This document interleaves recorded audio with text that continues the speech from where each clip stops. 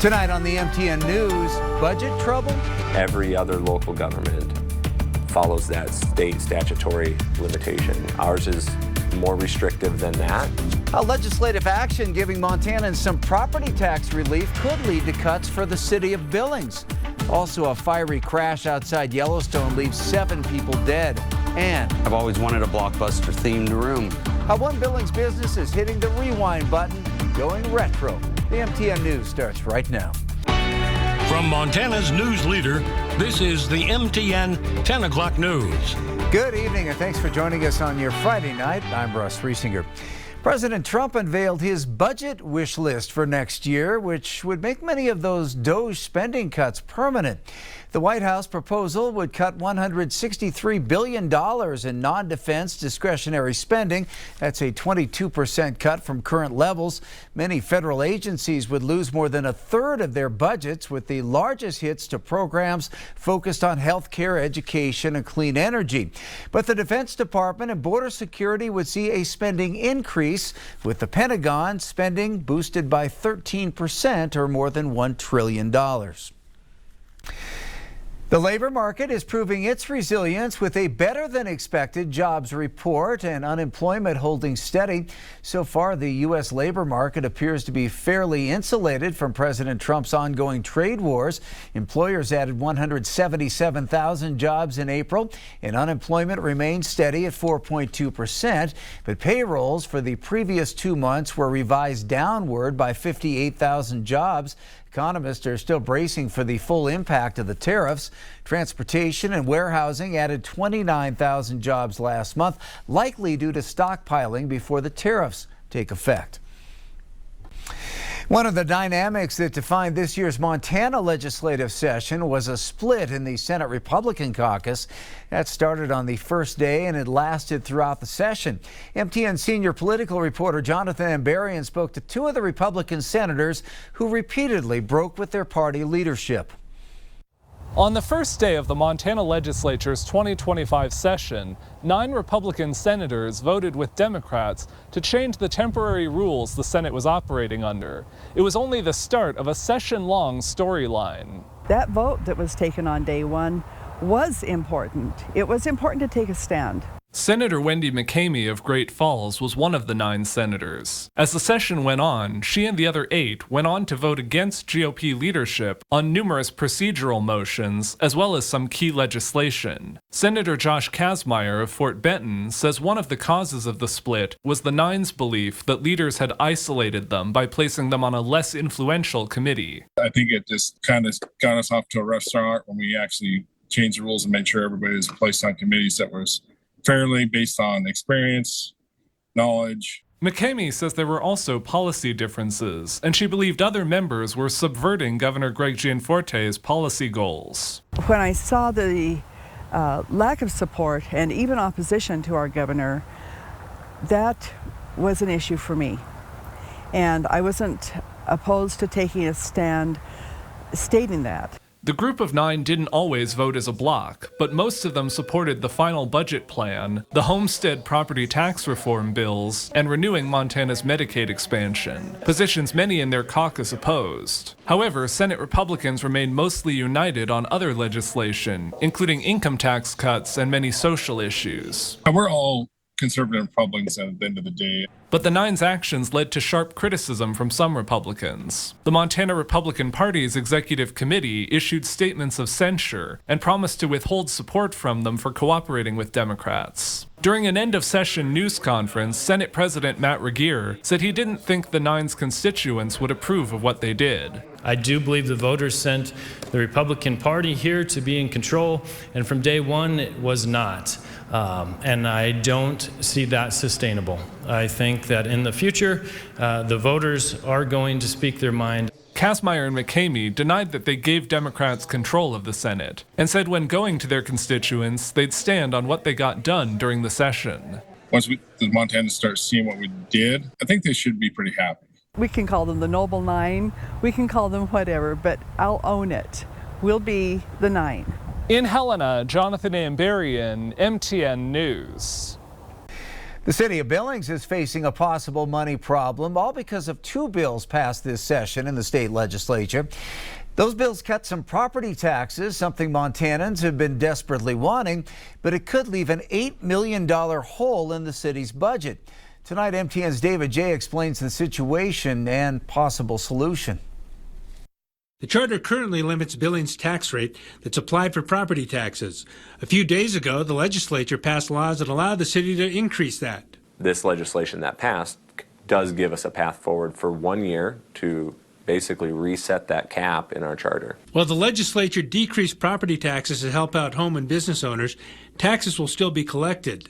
It gets made up largely by large industry and large commercial. There's going to be tax increases on second homes and short-term rentals. Without the ability to increase the tax rate, also known as a mill, the city could lose $8.5 million in tax revenue. Revenue that pays for police, fire, parks, city administration, the library, and Met Transit.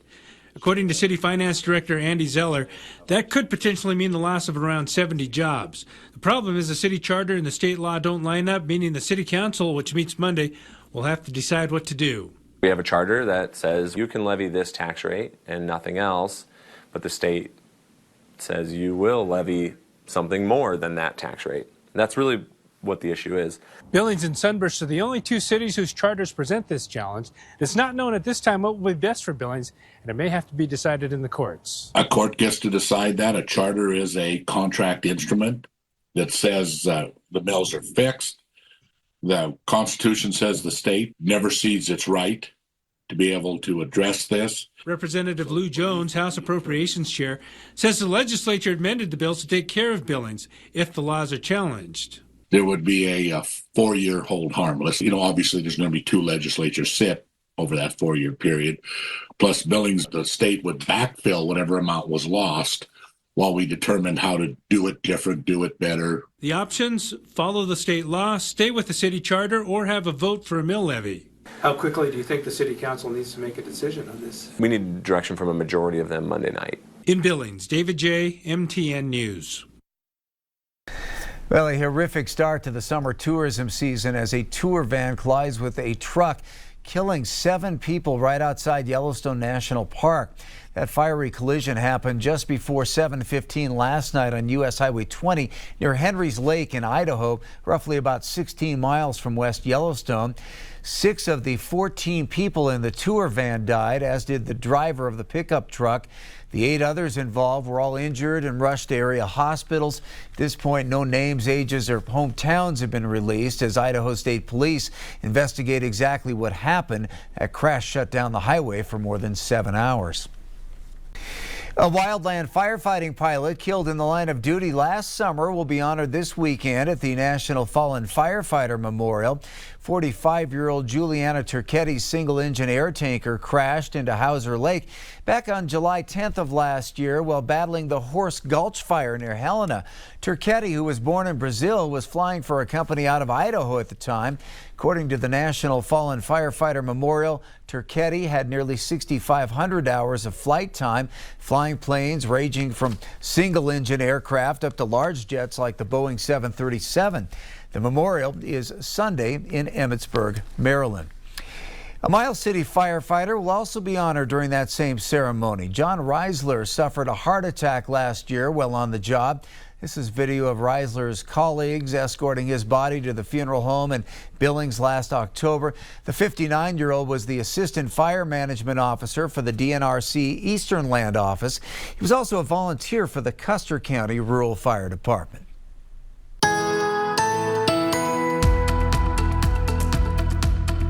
And good Friday evening, everyone. A quieter evening for the Magic City, and we had a warmer than average day today. A nice mix of high clouds and sunshine. Had a low below average at 37, but look how well we did this afternoon. A high of 72 degrees. Now, we have even more warmth in the short-term forecast, so enjoy that while you can, because we have another return to what will feel like almost winter-like weather in a few days, especially in the mountains. Our 7-day forecast coming up in just a few minutes.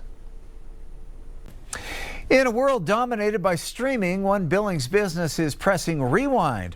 A new retro-themed room is turning nostalgia into a shopping experience complete with VHS tapes, DVDs, and even laser discs.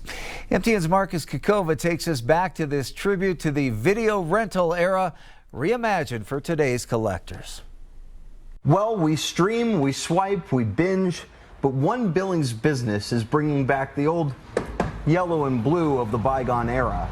Everyone has an address on memory lane. You got Karate Kid, Three Amigos, I grew up on that. El Guapo's my man. Anything Robin Williams makes, I'm all about. And for Sean Osborne, that lane runs straight down to the video rental store that once busted the block.